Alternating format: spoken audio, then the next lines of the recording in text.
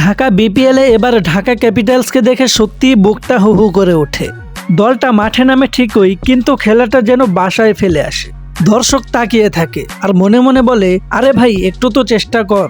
এই ম্যাচের পর রাজশাহী ওয়ারিয়র্স পয়েন্ট টেবিলের একদম টপে উঠে গেছে, আর ঢাকা ক্যাপিটালস সেই আগের মতোই বিপদে। সাথে রংপুর রাইডার্স আর নোয়াখালী এক্সপ্রেস, তিন দলই এখন টেনশনে। আজকের ম্যাচে মাত্র 132 রানের টার্গেট দিয়েও ঢাকা ক্যাপিটালস কিছুই করতে পারলো না। ব্যাটিংয়ে নামার পর ঢাকার খেলোয়াড়দের মুখ দেখে মনেই হচ্ছিল ম্যাচের আগেই তারা হার মেনে নিয়েছে। পাকিস্তানি ফরেন ক্রিকেটারদের দিকেও তাকিয়ে লাভ নেই, না হাসি না ফায়ার, সবই যেন নিষ্প্রাণ। আর রাজশাহী ওয়ারিয়র্স, তারা তো 16 ওভারেই খেলা শেষ। 7 উইকেট হাতে রেখে এমন জয় যেন বলছে এই ম্যাচটা আমাদেরই ছিল। ব্যাট হাতে তানজিম হাসান তামিম ছিলেন একেবারে দুর্দান্ত।